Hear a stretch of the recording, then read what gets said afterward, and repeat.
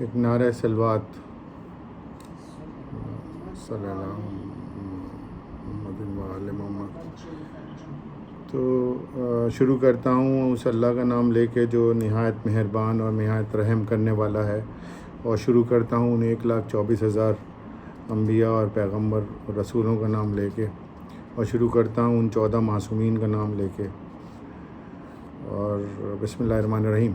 جیسا آپ لوگوں کو معلوم ہے یہ اس سلسلے کی چوتھی مجلس ہے، اور یہ اس بار جو ہم نے ٹاپک کا سلیکشن کیا، جیسے ہم بھی یہ سوچتے رہتے تھے کہ آخر کار امام حسین نے کربلا میں جو جنگ ہوئی اور جو کربلا میں امام حسین کی شہادت ہوئی، اس کے پیچھے ریزن کیا تھا، اور وہ کون سا دین تھا جس کو بچانے کے لیے رسول اللہ صلی اللہ علیہ وسلم نے امام حسین علیہ السلام نے اتنی بڑی قربانی عظیم دی. تو اس سلسلے میں ہم نے یہ سوچا کہ جو دین اس دنیا پر لائے، اور وہ جب آیا تو وہ کیا معاشرہ تھا، وہ کون لائے، وہ پیغمبر کون تھے، اس وقت کا معاشرہ کیسا تھا. تو یہ کہانی شروع ہوتی ہے. اب تھوڑا سا آپ کو 2 منٹ کے لیے پیچھے لے جانا چاہتا ہوں کہ جہاں سے جو ہو سکتا ہے کچھ لوگ نئے جڑے ہوں اس مجلس میں آج کی، تو ان کے لیے تھوڑا سا آسان رہے گا کہ اگست 570 اے ڈی میں اس دنیا کے اوپر رسول اللہ صلی اللہ علیہ وسلم کا ظہور ہوا اور وہ پیدا ہوئے. اور اس کے بعد کیسے کیسے حالات رہے. ان کے فادر کی ڈیتھ ہو چکی تھی جب وہ پیدا ہوئے تھے. 6 سال کی عمر میں ان کی دادا کی بھی ڈیتھ ہو گئی تھی، عبد المطلب علیہ السلام کی، اور پھر 8 سال کی عمر میں ان کی ماں کی بھی وفات ہو گئی. پھر حضرت ابو طالب ان کے جو چچا تھے انہی نے ان کو پالا. پھر 500 اور اس وقت کا معاشرہ آپ کو ہم نے بتایا تھا کیسا تھا. اس وقت کے لوگ کیسے تھے اور ان کا کیریکٹر کیسا ہوا کرتا تھا اور کس طرح کی حرکتیں کرتے تھے. بہت ہی ایک جاہرانہ اور ایک بہت ہی وحشیانہ قسم کی سوسائٹی تھی جس میں رسول اللہ صلی اللہ علیہ وسلم آئے تھے. پھر 595 اے ڈی میں رسول اللہ صلی اللہ علیہ وسلم کی حضرت خدیجہ علیہ السلام سے میرج ہوتی ہے. اور 610 اے ڈی میں جب رسول اللہ صلی اللہ علیہ وسلم 40 سال کی عمر تھی تو ان کے پاس پہلی بار وحی غار حرا میں آتی ہے، اور جس میں اللہ نے کہا تھا پڑھو اور کہو. تو جو لوگوں کا یہ اگر کوئی کانسیپٹ ہو کہ رسول کو پڑھنا نہیں آتا تھا اور رسول کو لکھنا نہیں آتا تھا، تو یہ اپنے دماغ سے نکال دیں گے، کیونکہ اللہ نے ہی کہا ہے جب میں کسی چیز کو کرنا چاہتا ہوں تو کن فلا کن کہتا ہوں وہ کام ہو جاتا ہے. تو اللہ اگر رسول اللہ صلی اللہ علیہ وسلم سے یہ کہہ رہا ہے کہ تم پڑھو اور لکھو اس قلم سے اور اس سے، تو ان کو تو وہ سب آتا تھا. اب 3 سال تک وہی پھر نہیں آتی ہے. 613 اے ڈی میں پھر وہی آنا شروع ہوتی ہے، اور رسول اللہ صلی اللہ علیہ وسلم سے کہا جاتا ہے کہ اب آپ تبلیغ کریے. رسول اللہ صلی اللہ علیہ وسلم تبلیغ کرتے ہیں، کہتے ہیں ایک خدا ہے، اللہ ایک ہے. یہ وہاں پہ 360 قسم کے بھگوان، مورتیاں اور بت کعبے کے اندر موجود تھے. ان کا جو مین بت تھا وہ حبول تھا، جو پرنسپل ڈیٹی تھا اس وقت کا. تو رسول اللہ صلی اللہ علیہ وسلم نے کہا یہ سب غلط ہے، آپ لوگ غلط کرتے ہو، شرک مت کرتے ہو، جو اللہ ہے وہ ایک ہے اور ایک اللہ کی عبادت کرنی ہے. پھر 614 میں رسول اللہ صلی اللہ علیہ وسلم پہ ظلم ہونا بہت زیادہ ہو گئے. وہ مکے والے ان سے نفرت کرنے لگے. انہوں نے کہا یہ کیوں ہمارے خداؤں کے اوپر کچھ بولتے ہیں اور ایسا کیوں کر رہے ہیں. دین الٹیمیٹلی 616 میں ان کا بائیکاٹ کر دیا جاتا ہے. پورے کلان کا ان کے بائیکاٹ ہوتا ہے، اور وہ بھی شعبہ ابو طالب میں آ کے رہنے لگتے ہیں، جہاں بہت زبردست تکلیفیں اٹھاتے ہیں. نہ پانی میسر ہے، نہ کھانا میسر ہے، کوئی بات نہیں کرنے کو تیار ہے، کوئی ان سے ڈیلنگ کرنے کو نہیں تیار ہے. اور آپ کو یہ بات یاد رکھنی چاہیے، جو مکن سوسائٹی تھی وہ بیسیکلی بزنس سوسائٹی تھی. ان کا بیسیکلی کام ہی تھا بزنس کرنا. وہ مدینے کے راستے سیریا کی طرف جاتے تھے، یہاں سے سامان، اور انڈیا سے بھی جیسے ہم نے آپ کو بتایا تھا وہ تجارت ہوتی تھی. انڈیا کی تلوار وغیرہ وہاں بہت پسند کی جاتی تھی.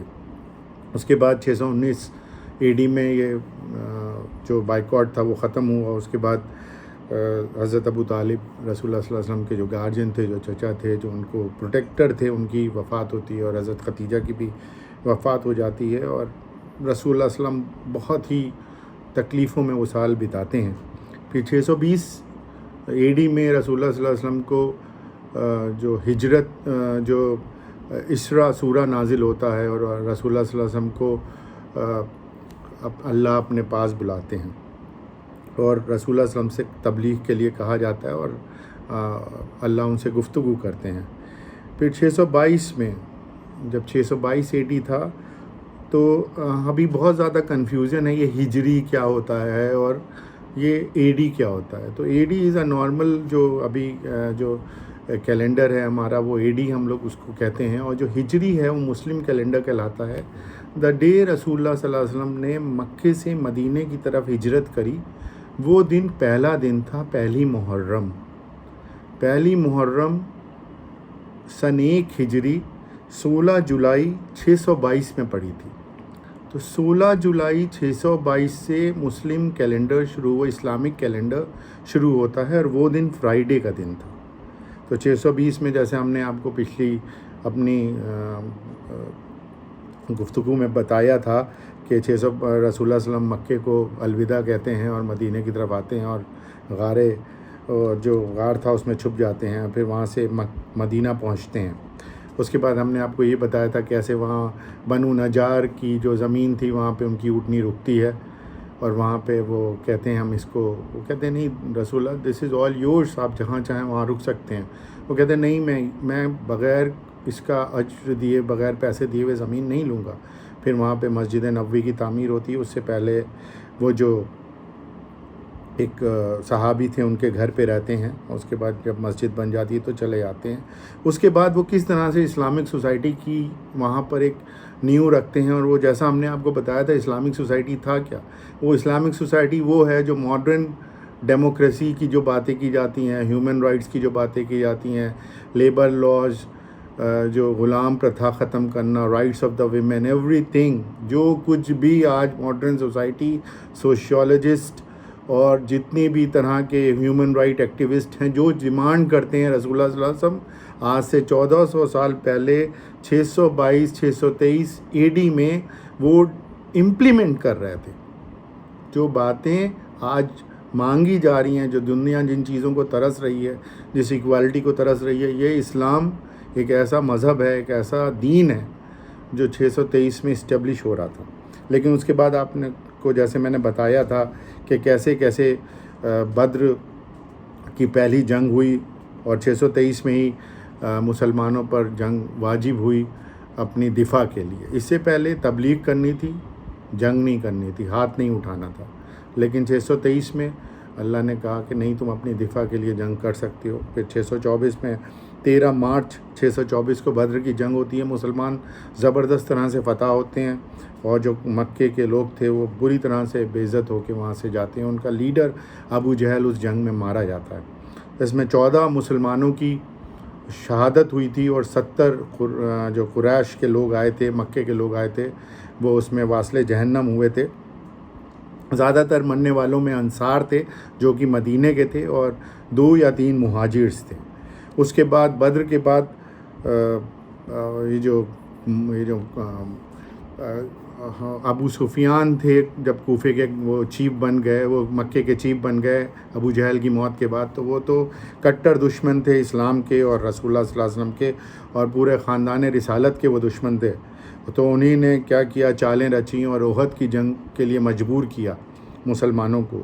وہاں ایک بہت بڑی غلطی مسلمانوں سے ہوئی، جس کا خمیازہ آج بھی مسلمان کمیونٹی پورے دنیا میں بھگت رہی ہے۔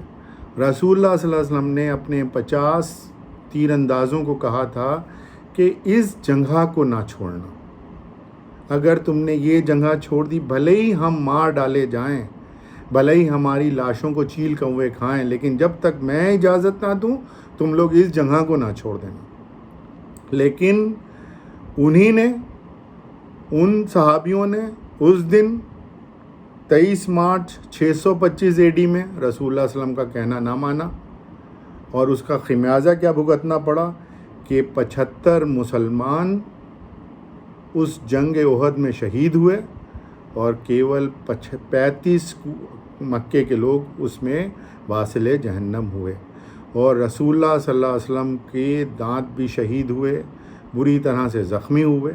وہاں حضرت فاطمہ، حضرت علی رسول اللہ صلی اللہ علیہ وسلم کی تیمارداری کر رہی ہیں، اور ان کے 5 دانت اندر کی طرف گھس گئے، اس میں سے 3 دانت نکالے بھی گئے اور 2 دانت شہید بھی ہو گئے، اور ایک کاٹن جلا کے پھر حضرت فاطمہ نے اس کی راکھ ان کے زخم پہ لگائی جس سے خون رکا. تو یہ 23 مارچ 625 تک کی احد کی جنگ تھی. یہاں تک کا ابھی تک ہم لوگ پچھلی مجلسوں میں 3 مجلسوں میں بات کر چکے ہیں. اب رسول اللہ صلی اللہ علیہ وسلم احد کی جنگ کے بعد واپس آ گئے مدینے میں اور اپنی ٹیچنگ اور جس طرح کا ماحول اسلامک سوسائٹی ہونے لگی اسی پر کام کرنے لگے.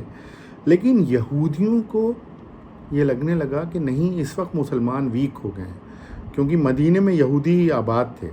تو ان کو لگا اس وقت مسلمان ویک ہیں تو ان کا فائدہ اٹھا کے ہم لوگ ایک ملی ہوئی فوج لائیں اور ہم کوشش کریں کہ ان کو ہرا دیں. تو اب ادھر جو مکے کے لوگ تھے ان کو بھی یہ لگا کہ احد میں تو ہمیں فتح ہوئی ہے. ابو سفیان نے کہا دس از our win, we have won against the Muslims, we have won against Muhammad and we can do anything now. اور تو ہم ایک بڑی ساری فوج بناتے ہیں، ایک بڑے سارے قبیلوں کو اکٹھا کرتے ہیں. تو مکے کے اعتراف میں مکے کے آس پاس جتنے بھی قبیلے تھے اور ادھر یہودیوں نے کیا کرا کہ مدینے کے آس پاس جو قبیلے تھے، جو ان کے یہودی فرینڈز تھے یا جو قبیلائی لوگ تھے، ان سے کہا کہ اب ایک کام کرتے ہیں، ہم لوگ مل جاتے ہیں اور ہم لوگ محمد کے اسلام کو ختم کر دیں گے. اب ادھر کیا ہو رہا ہے، ادھر جو منافقین ہیں، جو اسلام کے دشمن ہیں، جو کافر ہیں، جو رسول اللہ صلی اللہ علیہ وسلم پہ بھروسہ یقین نہیں کرتے ہیں، وہ تو چالیں چل رہے ہیں. اور ادھر ایک کمال ہو رہا ہے کہ 626 AD میں، 625 میں احد ہوئی ہے، 626 AD میں ایک اسلام میں ڈرنکنگ کو پروہیبٹڈ کر دیا گیا. ایک حکم آیا اللہ کا. رسول اللہ صلی اللہ علیہ وسلم نے اپنے جو ساتھی تھے ان سے کہا کہ جاؤ اعلان کر دو، اللہ کا حکم آیا ہے کہ آج سے شراب جو ہے منع کر دی گئی ہے، شراب کی طرف جانا ہی منع ہے. اب آپ ایک لیڈر کا کمال دیکھیے جو 622 AD میں آج سے صرف 4 سال پہلے ایک شہر میں آئے ہیں اور ایک سوسائٹی بنا رہے ہیں. تو اس اعلان کا انجام یہ ہوا. آپ کو معلوم ہے کہ اس وقت کی سوسائٹی میں شراب کتنی کامن تھی اور وہ سارے لوگ کس طرح سے شراب سے لطف اندوز ہوتے تھے اور ان کی ورچو تھی. وہ بیسیکلی شرابی کو اس سماج میں ایک ورچوئس آدمی مانا جاتا تھا، جو جتنا زیادہ جھومے، جتنا زیادہ لوگوں کو شراب پلائے، ان کے ساتھ اس میں مبتلا ہو جائے پوری طرح سے. تو اس طرح کی سوسائٹی میں ایک رسول اللہ صلی اللہ علیہ وسلم اعلان کرتے ہیں کہ جا کے کہہ دو کہ آج سے شراب کے پاس جانا منع ہو گیا. تو مدینے میں ایک جگہ محفل چل رہی تھی، وہاں پہ ایک شراب کا کوزہ تھا، اس میں سے لوگ شراب پی رہے تھے، کچھ لوگ بے ہوش بھی ہو گئے تھے. لیکن جب یہ میسج ان کے تک آیا تو ایک اللہ کا، ایک نبی کی سیرت دیکھیے، نبی کی بات کا وزن دیکھیے کہ رسول اللہ صلی اللہ علیہ وسلم کی ایک بات سے کہ اللہ سے آج یہ پیغام آ گیا ہے کہ آج سے شراب کے پاس جانا منع ہے. وہاں کے لوگوں نے ڈنڈے سے اٹھا کے اس کوزے کو توڑ دیا، شراب پینا چھوڑ دی. تو ایک جنے نے یہ کہا کہ ایک بار ذرا چیک تو کر لو کہ کیا سچ میں منع ہو گئی ہے. تو اس نے کہا چیک تو بعد میں ہوگا، پہلے ڈسٹروائے ہوگا. تو ایک ایسی سوسائٹی، ایسے سے کلچر کی استھاپنا ہو رہی ہے، ایسا سا کلچر اسٹیبلش کیا جا رہا ہے جہاں ایک لیڈر کی ایک کمانڈ پہ، کیونکہ وہ جان چکے تھے کہ ایک جگہ رسول اللہ صلی اللہ علیہ وسلم کی بات نہیں مانی تھی اور ہم نے اپنے 75 ساتھی کھوئے تھے. تو وہ تیار نہیں تھے کہ ہم ایسا کریں کہ رسول کی کسی بھی بات سے انکار کریں. ایک سوشل ریولوشن چل رہا ہے اور ادھر جو منافقین ہیں، کیونکہ آپ تو جانتے ہیں نا کہ آج بھی کیا ہے، ایسے ہی تو ہے. جو منافق ہیں، جو کافر ہیں، جو آپ کے ایک اچھی سوسائٹی کو نہیں رہنے دینا چاہتے ہیں، they always try to divide the society. اس میں ایسے تفرقے پیدا کر دیں، ایسی نفرتیں پیدا کر دیں کہ آدمی اس سے دور بھاگنے لگے. اور مسلمانوں کو یہودیوں نے کیا کیا، پریشان کرنا شروع کر دیا. کوئی بھی ہو تو کہتے ہیں پریشان کر رہے ہیں، بات ہی نہیں مان رہے ہیں، بات ہی نہیں مان رہے ہیں. تو اس کے بعد کیا ہوتا ہے کہ اب دیکھیے سازش کی آپ اسٹیج دیکھیے کیا ہے سازش کی،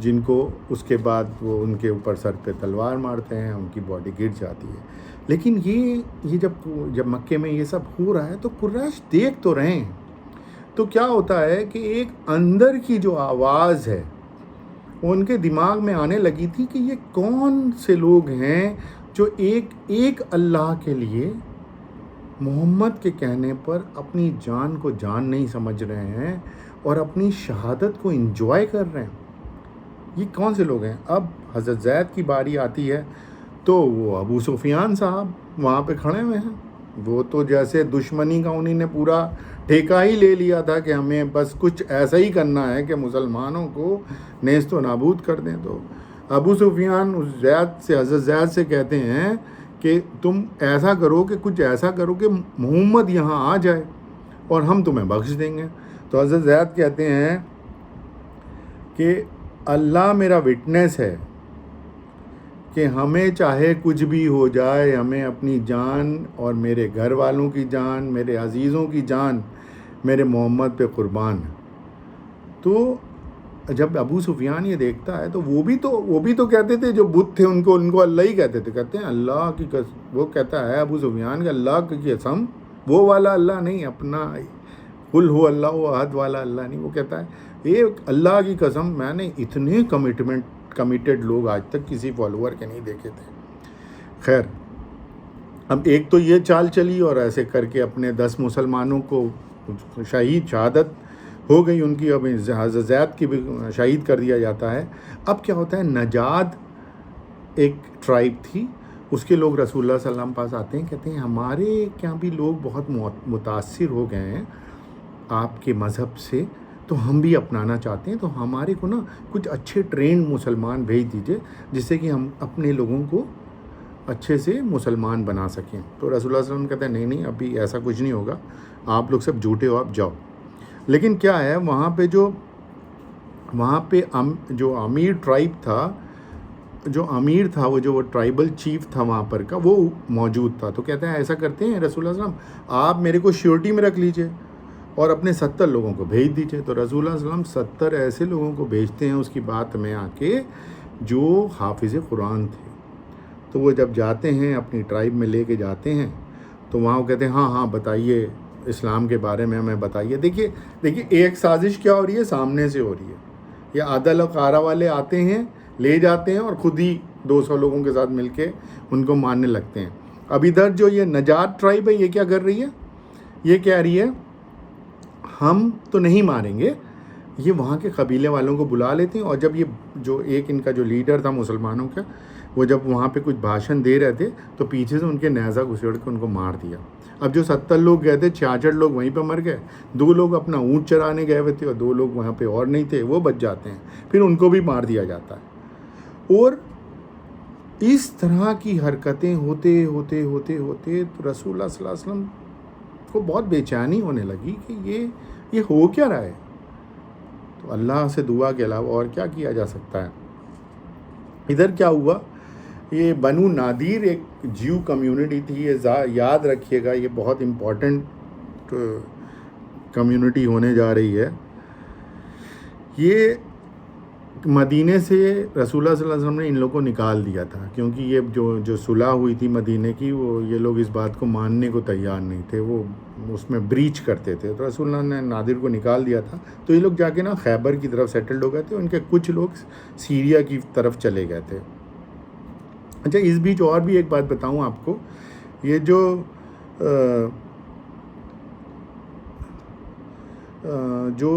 بنو نادر تھے، یہ جا کے نا ملے عرب سے، اور عرب سے جا کے کہتے ہیں کہ ایسا کریے نا، آپ تیاری کریے، ہم لوگ نا پورا اس بار مسلمانوں کو ختم کرنا ہے۔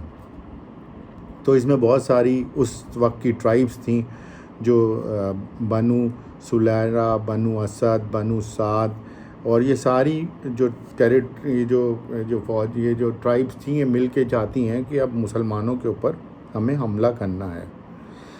تو 627 AD میں، دیکھیے جو جنگ احد ہے وہ ختم ہوئی ہے 625 میں۔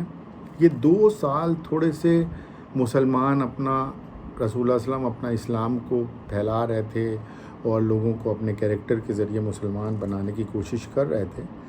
لیکن یہ ادھر جو عرب تھے یہ یہودیوں کے ساتھ مل کے اور ٹرائبلز کے ساتھ مل کے مسلمانوں کو ختم کرنے کی سازشیں رچ رہے تھے.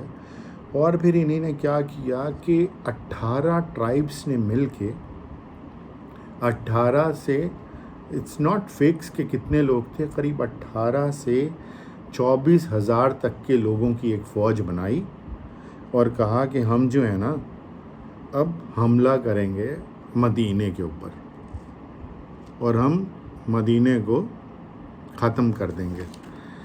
تو یہ جو حملہ انہی نے خندق کی جنگ جسے کہتے ہیں، یہ 29 دسمبر 626 AD میں شروع ہوئی تھی. 29 دسمبر، یہ تاریخ یاد رکھیے، 29 دسمبر 626 AD میں شروع ہو رہی ہے اور 24 جنوری 627 AD میں ختم ہوئی جنگ خندق. ہم جو کچھ بھی جنگ خندق کے بارے میں ابھی تک سنتے آئے ہیں، آج میں آپ کو جنگ خندق کو ایک دوسرے نظریے سے بھی دیکھنے کے لیے ریکویسٹ کروں گا اور آپ کو 4 منٹ کی ایک زحمت دوں گا. قرآن کا 33واں سورہ ہے، سورہ الاحزاب. اس کا میں اردو ٹرانسلیشن چلانے جا رہا ہوں آیت نمبر 9 سے آیت نمبر 27 تک. آیت نمبر 9 سے آیت نمبر 27 تک آپ لوگ اس کو سنیے اور اس کے بعد میں اس کو اور آگے بڑھاتا ہوں. مومنو، اللہ کی اس مہربانی کو یاد کرو جو اس نے تم پر اس وقت کی جب فوجیں تم پر حملہ کرنے کو آئیں تو ہم نے ان پر آندھی چھوڑ دی اور ایسے لشکر نازل کیے جن کو تم دیکھ نہیں سکتے تھے، اور جو کام تم کرتے ہو اللہ ان کو دیکھ رہا ہے. جب وہ لوگ تمہارے اوپر اور نیچے کی طرف سے تم پر چڑھ آئے اور جب تمہاری آنکھیں پھر گئیں اور دل مارے دہشت کے گلوں تک پہنچ گئے اور تم اللہ کی نسبت طرح طرح کے گمان کرنے لگے، اس موقع پر مومن آزمائے گئے اور سختی سے ہلا ہلا دیے گئے. اور جب منافق اور وہ لوگ جن کے دلوں میں بیماری تھی کہنے لگے کہ اللہ اور اس کے رسول نے تو ہم سے محض دھوکے. کچھ آڈیو میں پرابلم ہو گئی، ورنہ یہ سورہ احزاب کی 9 سے 27 نمبر کی آیت ہیں. یہ آیتیں سورہ احزاب کو ایکسپلین کرتی ہیں. تو میں آپ کو یہاں یہ بتانا چاہتا ہوں 29 دسمبر کو جب رسول اللہ صلی اللہ علیہ وسلم کو پتہ چلا کہ یہ تو بہت بڑی آرمی لے کے آ رہے ہیں، اور رسول اللہ صلی اللہ علیہ وسلم پر اس وقت مدینے میں کل میل بچے اور آدمی اور بزرگ ملا کے 3,000 تھے. میل فیمیل نہیں، بچے آدمی اور بزرگ ملا کے 3,000 تھے جتنا میں نے پڑھا ہے. اب رسول اللہ صلی اللہ علیہ وسلم وہاں پہ حضرت سلمان تھے جو ایران سے آئے تھے اور مسلمان ہو گئے تھے، رسول اللہ صلی اللہ علیہ وسلم کے اوپر ایمان لے آئے تھے. تو رسول اللہ صلی اللہ علیہ وسلم ان سے پوچھتے ہیں کہ یہ بتاؤ کہ آپ تو ایران سے آئے ہو، آپ لوگ اس طرح کی لڑائیوں میں ضرور جانتے ہوگے، تو آپ کے یہاں جب اس طرح کی لڑائیاں ہوتی ہیں تو کیا کیا جاتا ہے؟ تو کہتے ہیں، حضرت سلمان کہتے ہیں کہ دیکھیے یہ مدینہ شہر ہے، اس میں ایک طرف تو پہاڑ ہیں. آپ کو آواز آ رہی ہے سب کو؟ Can anybody tell? ہاں. تو اس میں مدینہ شہر کی جو ٹوپوگرافی تھی وہ آپ یہ سمجھ لیجئے کہ ایک طرف تو پہاڑ ہیں، تو پہاڑ کی طرف سے کوئی حملہ نہیں کر سکتا. ایک طرف جو ہیں گھر ہیں اور لینز ہیں، بہت ساری لینز ہیں اور پتھر کے گھر ہیں. تو لینز اور پتھر کے گھر ہونے کی وجہ سے فوجیں ایک دم سے گھس نہیں سکتی، تو ریسٹرکشنز ہیں. ایک اور سائیڈ ہے، اس سائیڈ گھر ہیں پتھر کے بنے ہوئے اور خوب سارے پیڑ ہیں اور شربس ہیں جدھر سے آنا مشکل ہے. اور اسی سائیڈ میں ایک بنو قزیرہ اس کا ایک قلعہ ہے اور وہ مسلمانوں کے ساتھ ان کی اچھی انڈرسٹینڈنگ تھی. تو اب بس ایک حصہ رہ رہا تھا جس حصے کی طرف سے ہی یہ عرب کی فوجیں اور احزاب کا مطلب کیا ہوتا ہے؟ احزاب کا مطلب عذاب نہ سمجھیے گا، احزاب کا مطلب ہوتا ہے الائز، آپ کے کنفیڈریٹس، آپ کے ساتھی. تو یہ ساتھیوں کی مل کے ایک جنگ تھی رسول اللہ صلی اللہ علیہ وسلم کے خلاف اور اسلام کے خلاف. تو انہی نے یہ کہا کہ اس جگہ کو، یہ جو سامنے کی جگہ ہے، اگر اس میں گڈھا کھودتے ہیں جس کو ہم خندق کہتے ہیں، اگر ہم وہ کھود لیں تو ہو سکتا ہے کہ وہ لوگ ادھر سے ادھر بھاگ نہ پائیں. تو رسول اللہ صلی اللہ علیہ وسلم کو یہ تجویز بہت پسند آتی ہے، تو رسول اللہ صلی اللہ علیہ وسلم کہتے ہیں ٹھیک ہے، کام میں لگ جاؤ. اب جتنے آدمی اور عورتیں اور بچے جو کچھ بھی ہو سکتے تھے